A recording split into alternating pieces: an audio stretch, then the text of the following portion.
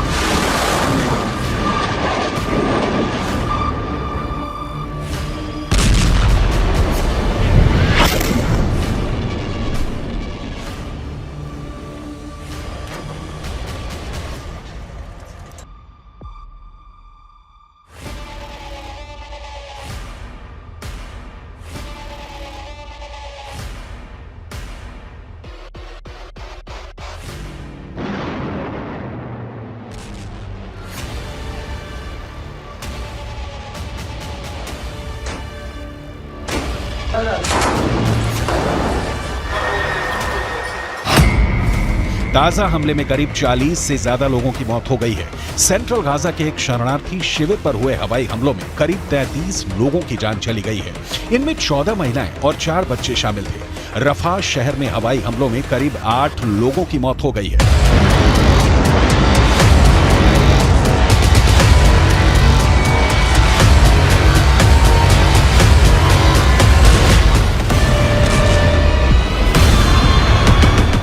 हर बीतते दिन के साथ इजराइल गाजा पर अपना नियंत्रण बना रहा है।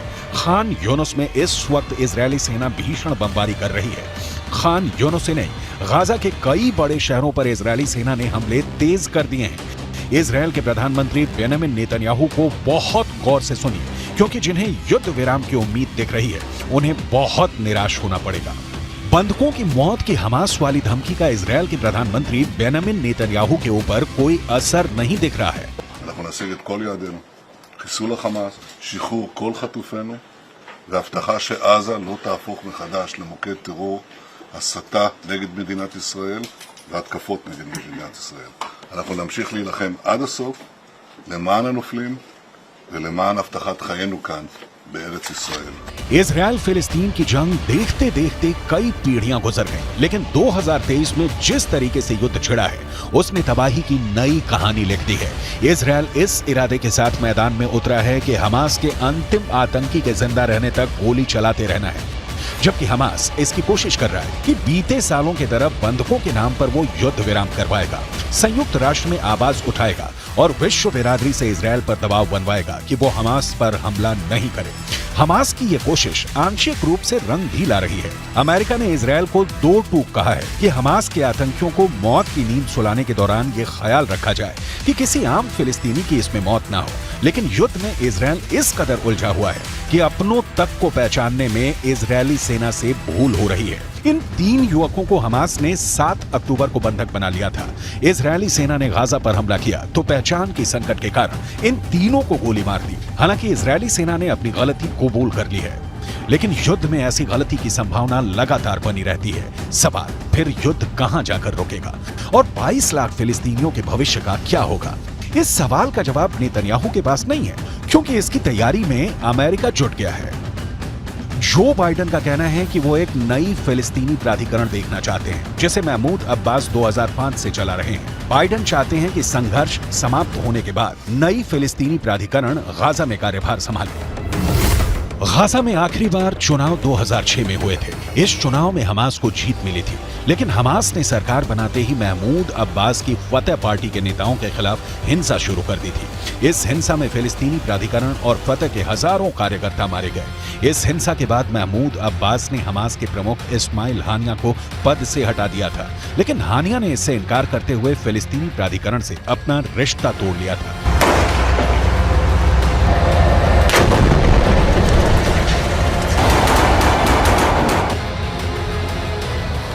गाजा का क्या होगा? ये तभी तय होगा जब युद्ध समाप्त होगा या युद्ध विराम होगा, और ये दोनों सूरतें फिलहाल तो कम से कम नहीं दिख रही हैं। हाँ, एक बात जो अब तक युद्ध के दौरान देखी गई वो ये कि अरब वर्ल्ड का कोई भी देश हो हमास के साथ जमीन पर युद्ध लड़ने के लिए तैयार नहीं है, ना ही खुलकर मदद देने के लिए राजी है। यमन के हूथी विद्रोहियों के हमले या लेबनान के हिजबुल्लाह लड़ाकों के अटैक इजरायल को रोक पाने में समर्थ नहीं है, और इजरायल तभी युद्ध विराम करेगा जब हमास के अंतिम आतंकी को मारकर वो गाजा पर कब्जा कर ले।